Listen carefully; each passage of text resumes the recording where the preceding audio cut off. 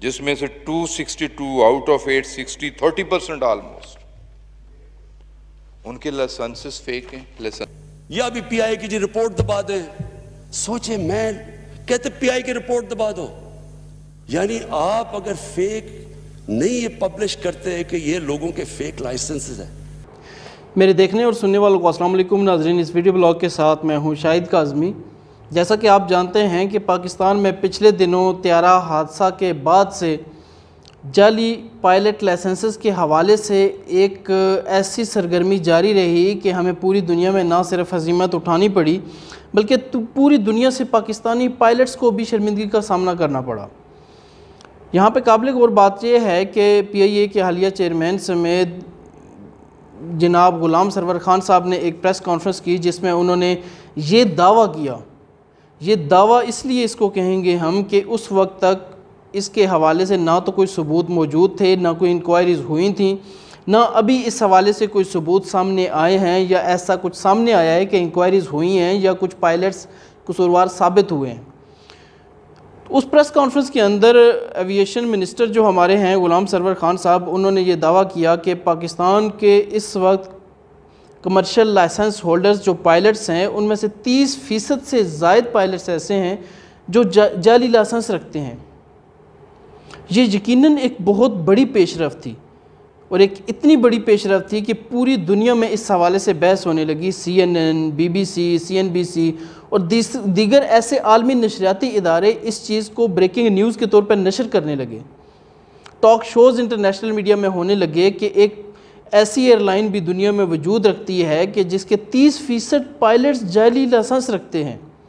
ये बात सिर्फ पायलट्स तक महदूद नहीं थी बल्कि इस हवाले से पूरे एक डिपार्टमेंट, सिविल एविएशन डिपार्टमेंट पे सवालिया निशान लग गया, उनकी कारकर्दगी पे सवालिया निशान लग गया, बल्कि एक पूरी एयरलाइन का मुस्तकबिल दाव पे लग गया।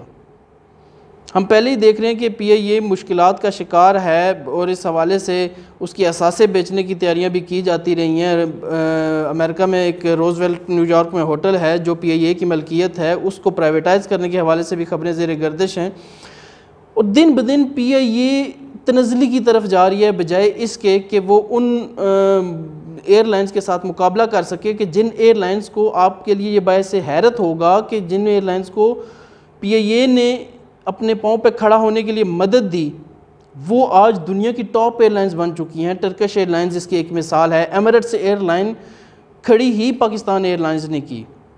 इसी तरह कतर एयरवेज़ हैं, मुख्तलिफ़ दुनिया की एयरलाइंस हैं जो हम ये कह सकते हैं कि पीआईए की छतरी तले परवान चढ़ी, लेकिन आज वो दुनिया की बेहतरीन एयरलाइंस हैं और पीआईए तनज़ली की तरफ अपना सफ़र रफ्ता रफ्ता जारी रखे हुए है।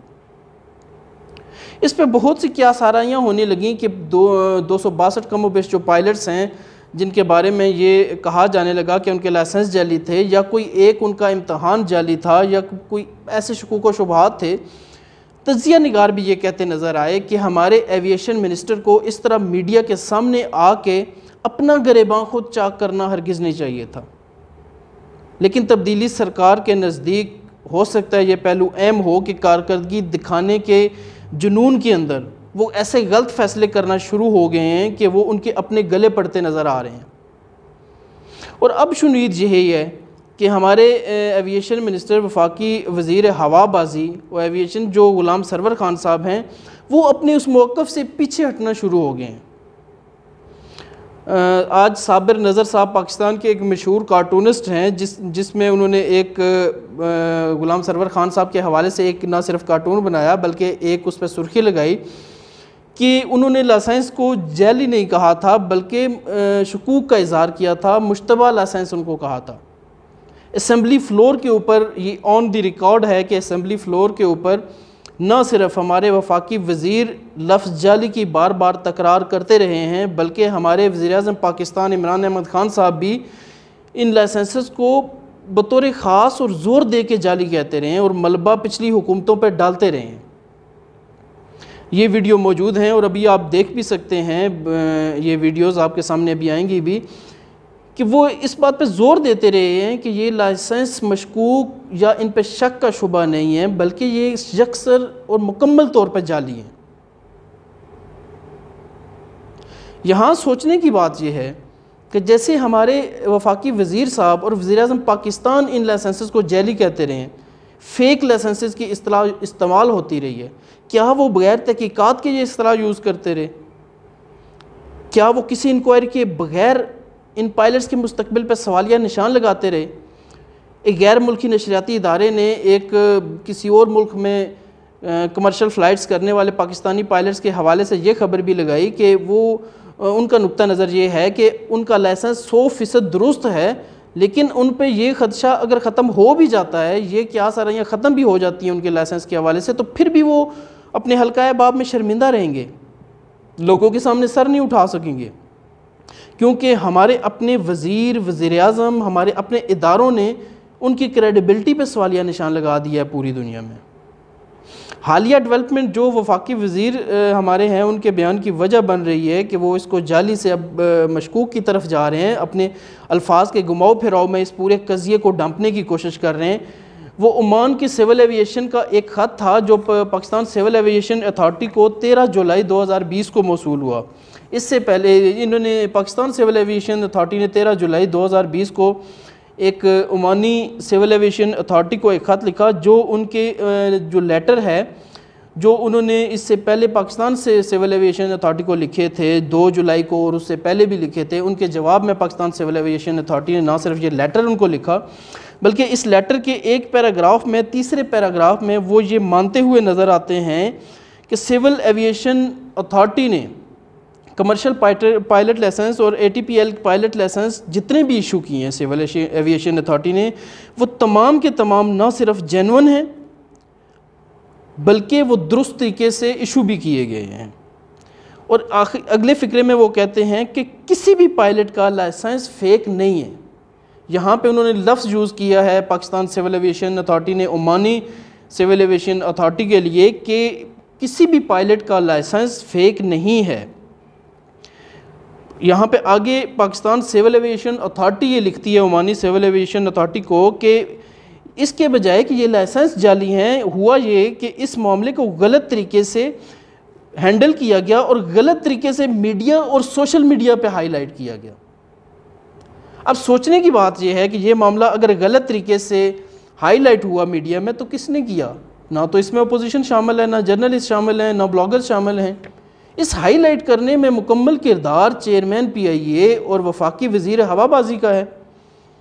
इसमें एक जगह पे डिस्क्रिमिनेशन, जहाँ पे एक जगह जिक्र है इस लेटर के अंदर कि कंप्यूटर बेस्ड एक एग्जामिनेशन है जिसकी बुनियाद पर कुछ पायलट्स के लाइसेंस के ऊपर शकूक पैदा हुए हैं, लेकिन उसमें भी उन पायलट्स के लाइसेंस को किसी भी सूरत जाली नहीं कहा गया और उसमें ये जिक्र किया गया है कि उसकी तहकीकात जारी हैं।